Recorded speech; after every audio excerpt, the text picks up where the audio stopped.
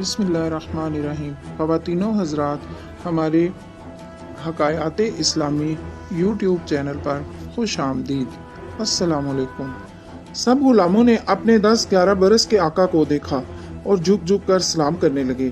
اس دن امیہ بن خلف نے پورا دن زمینوں پر ہی گزارا، تفریح بھی کی، کھیل بھی کھیلے۔ اس کا وہ عجیب و غریب کھیل جس نے سب کو محظوظ کیا، مگر حمامہ رونے لگی تھی۔ امیہ نے مشغلے کے طور پر اپنا ایک کتا بلال بن رباح کے عقب میں دوڑا دیا تھا۔ سب ہنس رہے تھے اور کتا بلال کے پیچھے دوڑ رہا تھا۔ امیہ بن خلف منہ سے ایک خاص آواز نکال کر اسے مزید تیز ہونے کی ہدایت دے رہا تھا۔ ایسے میں کسی کو احساس نہ تھا کہ کتے کے آگے بھاگنے والا 10 برس کا بچہ کتنا زیادہ خوفزدہ ہے اور کس قدر تھک گیا ہے، لیکن حمامہ کا دل خون کے آنسو رو رہا تھا۔ جس بچے کے پیدا ہوتے ہی اس نے رب کعبہ سے آزادی اور عزت طلب کی تھی، وہ بچہ ایک مجبور غلام کے سوا کچھ نہ تھا۔ وہ سوچ رہی تھی کہ امیہ بن خلف روز اس کے بیٹے پر سواری کرتا ہے، اسے تماشا بنا کر محظوظ ہوتا ہے۔ یہ اگرچہ ان سرداروں کا عام مشغلہ تھا، لیکن حمامہ اپنے بیٹے کے لیے یہ سب برداشت نہ کر سکتی تھی۔ اس کا چہرہ کبھی شدت جذبات سے سرخ ہو جاتا تھا، کبھی بے کسی کا رنگ اس کی مجبوری کا اظہار کرنے لگتا تھا۔ ان طوفانوں کو سینے میں چھپائے وہ خاموش بیٹھی اپنے سوئے ہوئے بیٹے کو دیکھ رہی تھی۔ وہ نہ جانے کس تکلیف سے رات بھر سو نہ سکا تھا، اور صبح کی فرد بخش ہوا نے اسے نیند کی آغوش میں دھکیل دیا تھا۔ یہی وہ وقت تھا جب حمامہ کھلے آسمان کے نیچے کعبہ سے بہت دور ہوتے ہوئے بھی رب کعبہ سے دعائیں مانگتی۔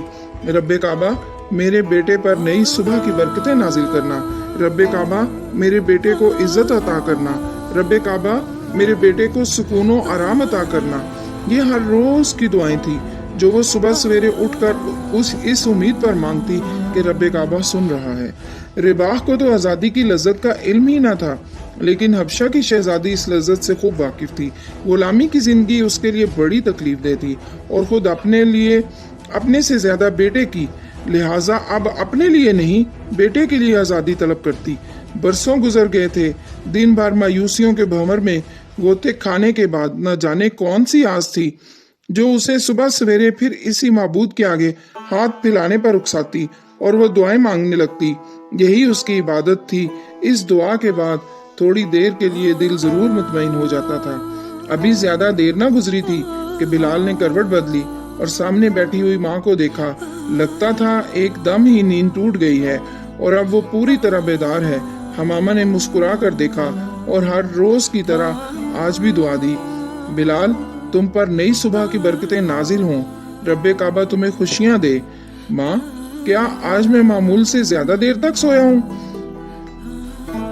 حمامہ نے نزدیک کھسک کر اس کی پیشانی چومی، پیٹھ پر محبت سے ہاتھ پھیرا اور کہا، تم اسی وقت بیدار ہوئے ہو جس وقت ہر روز ہوتے ہو، لیکن تم نے یہ بات کیوں پوچھی؟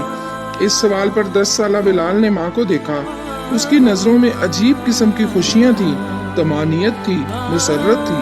پھر دھیرے سے بولا،